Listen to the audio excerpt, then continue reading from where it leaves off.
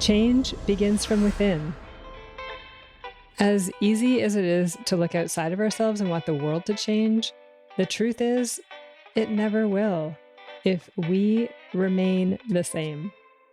This podcast was created for changemakers like you who want more love and connection in your community. Today, you are going to hear stories that will inspire you and also challenge you to be the change. We are going to go deep, my friend. So take a deep breath and settle in. My name is Emilia Tamburini. Welcome to the Circle of Change. Hello, friend. Thank you for joining me today. Before we dive into a really juicy topic that I think can be transformative, I want to let you know I have a special event that is coming up. On December 2nd, I am hosting a communication masterclass. We created this class specifically to support you as you enter into the holidays. We know that communication is a challenge always, and especially at that time of year. You might be hanging out with people that you generally don't hang out with for various reasons. You might be dreading having to quote unquote tolerate their behavior. You might also be facing difficult conversations with people who have made different choices around vaccines, for example. Whatever the case is, this masterclass is going to give you some skills to work with over the holidays and in your life. In the show notes, there is a link to sign up. It is happening December 2nd at 12 p.m. Pacific. It is going to be deep, supportive, and fun. That is what I do. Joyful expansion. Today, I want to share with you a life-changing realization I have been savoring over the past few months. It is a teaching that came from the Landmark Forum, an experience that I would recommend to anyone wanting to have more fun and freedom in their life and really go after what they are here for. I have done a lot of coaching and spiritual training and therapy, and nothing has helped me release old patterns like Landmark did in just 3 days. I barely recognize myself from 3 months ago, so please check it out if that at all interests you. I'm going to speak today about one of their distinctions and hope that we can get some movement in your life in a relationship or a situation where you are feeling stuck. We are going to use the example of the vaccine conversation to really bring this point home, so please stick around and take that in if that is something that is impacting your world right now. As we begin, let's settle in with a poem. This poem is by a childhood favorite author, Shel Silverstein, and it is within his book, A Light in the Attic. There's a light on in the attic.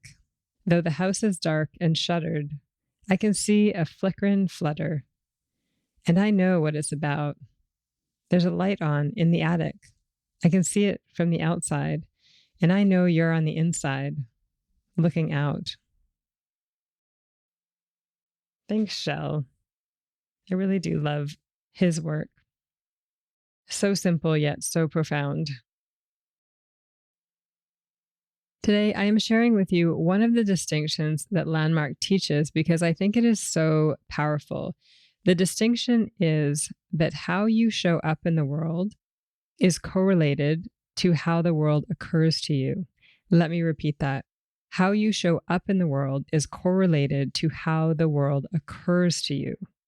If you look closer at that statement, it may already occur to you that if we can somehow alter the way the world occurs to us, that our behavior will also change.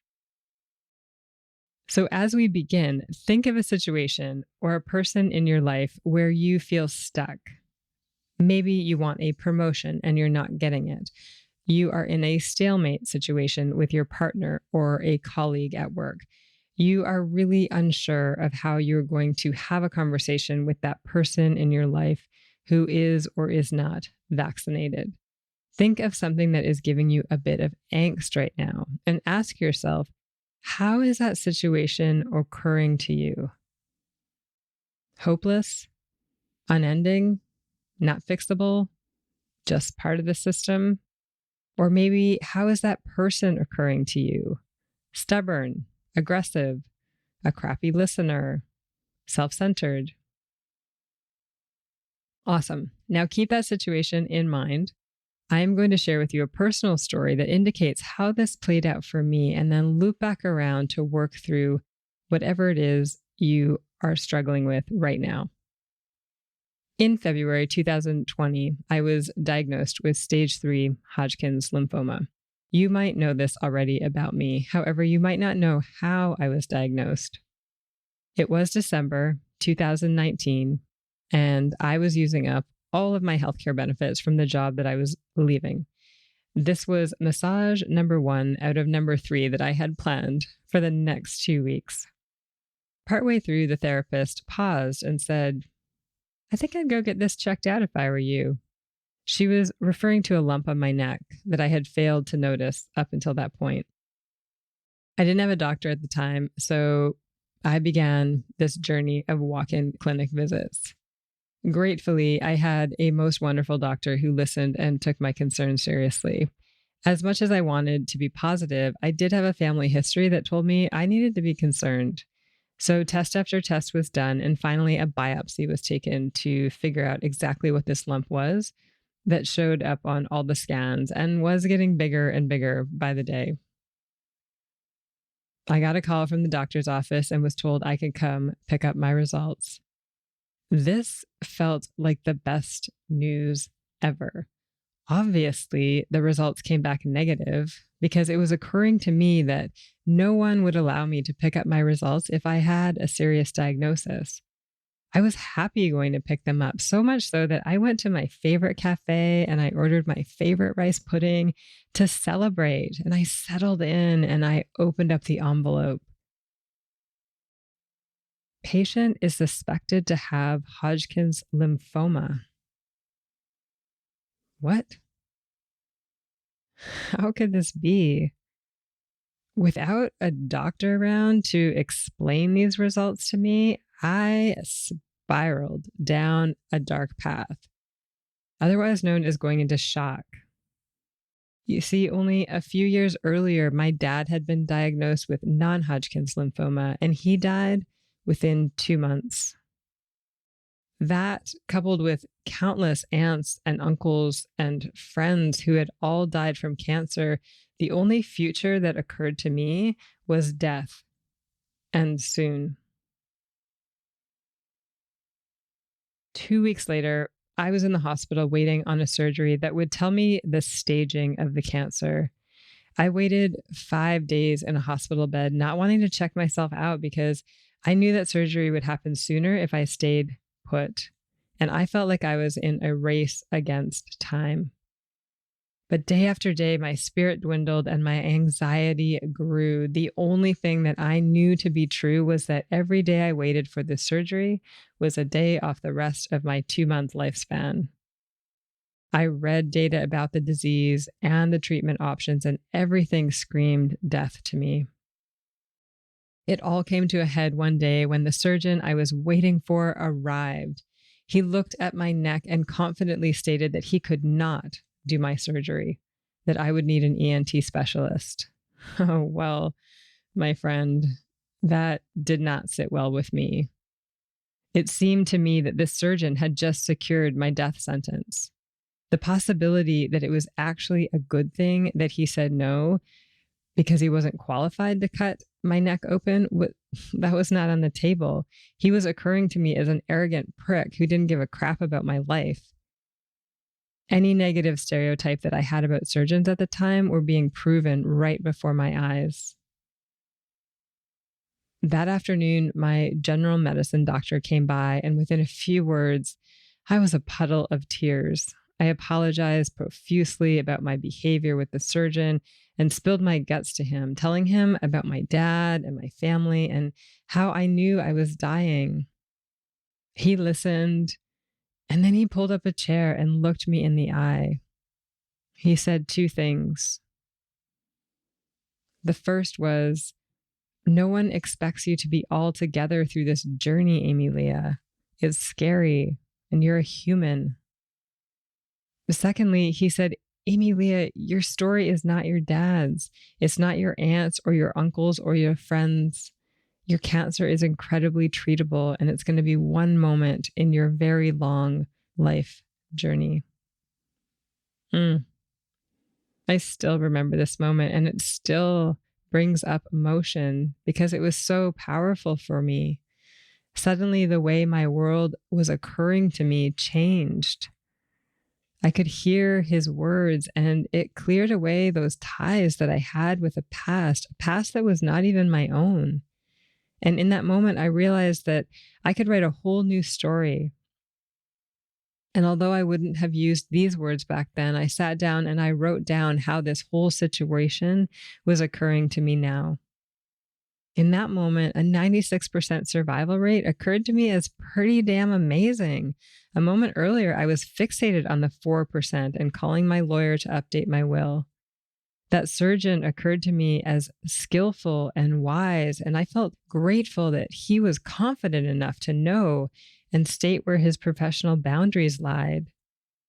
I suddenly remembered that I had many friends and some family members who were actually cancer survivors.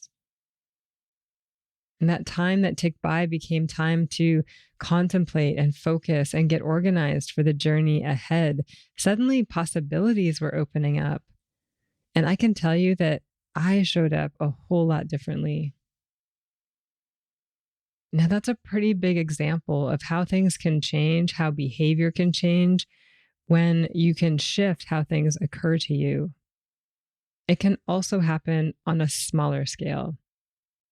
Have you ever walked into a room, you've seen a person, and just by the way they looked at you, or they're dressed, or they appear, you hear yourself concluding, they are going to be difficult. I already know we are not going to get along. That person is occurring to you as prickly or obtuse or judgmental, whatever it is. And then a few minutes later, you find yourself standing beside each other at the coffee stand, and you both reach for the bran muffin. Interesting. There's something opening up here because, of course, you love bran muffins, and people who like bran muffins are cool. So you throw out this awkward sentence, and an hour later, you're inseparable. You have this realization that they are open and kind and funny. It's the exact same person, but how they occurred to you has completely shifted. Now, the question to ask here is, how do you think you occurred to them? Is it possible that you seemed a bit rude, prickly, and entitled? And then at the end, when you were like best friends, you seemed funny and kind and warm and giving. It's a powerful question to sink into because what it opens up is the fact that you are not the only one out there interpreting reality. And the trouble occurs when we walk around with the belief that the reality that we perceive is real, is the only truth. Think about those moments when you're with your partner or a colleague and you observe a situation. And later in the lunchroom, you are retelling the story to somebody else and you realize that you're telling two different stories. You look at each other incredulously.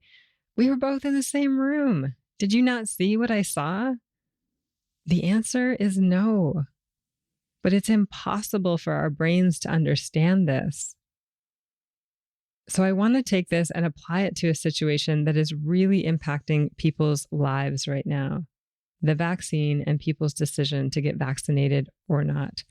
Oh yes, we are going here. To the people receiving the vaccine willingly, people who choose not to get the vaccine occur to them as ridiculous, uneducated, selfish, reckless. Maybe they even have a death wish.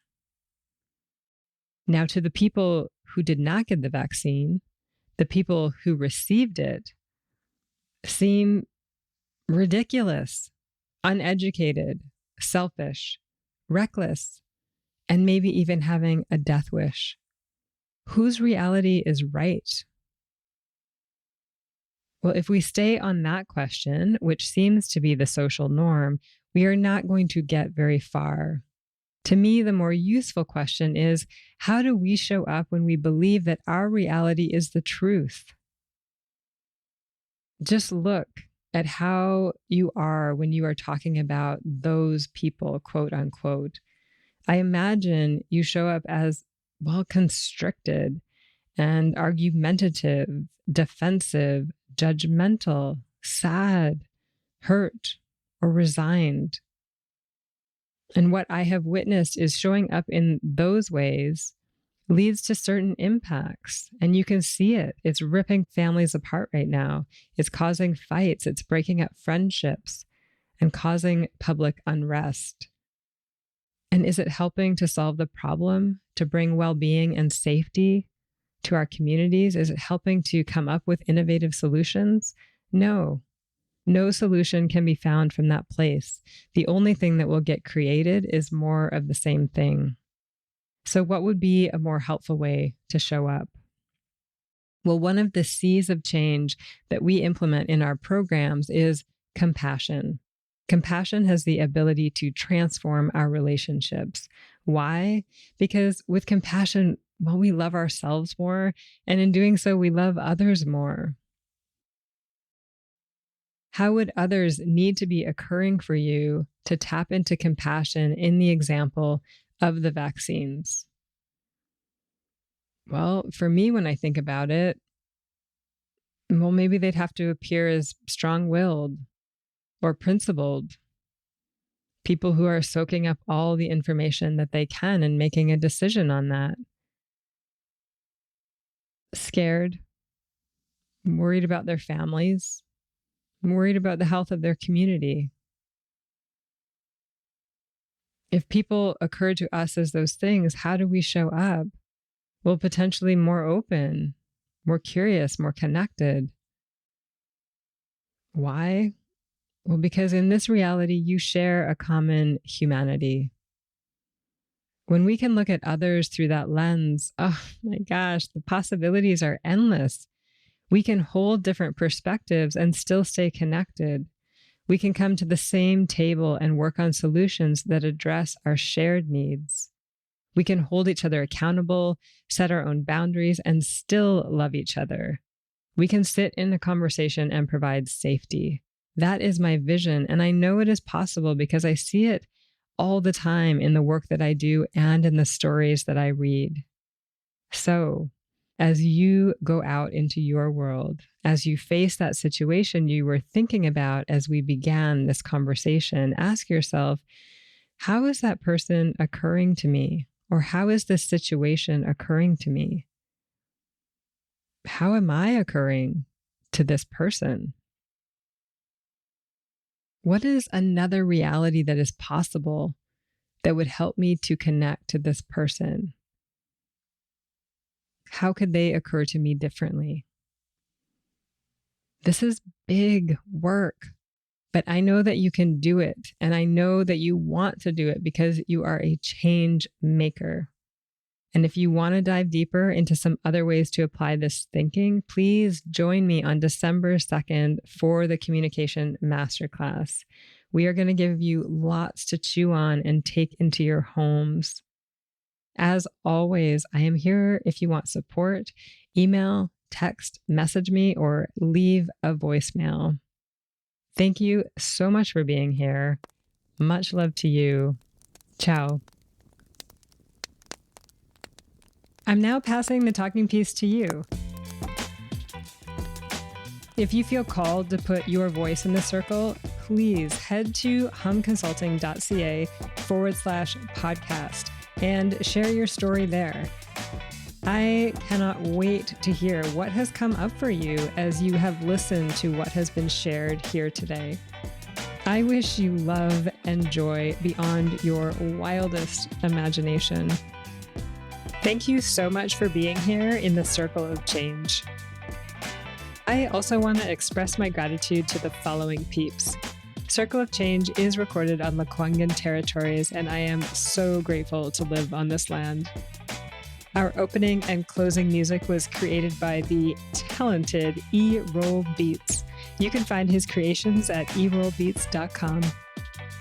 And special thanks to my coach, Mary Chan of Organized Sound Productions, for bringing this podcast to life. Until next time, ciao.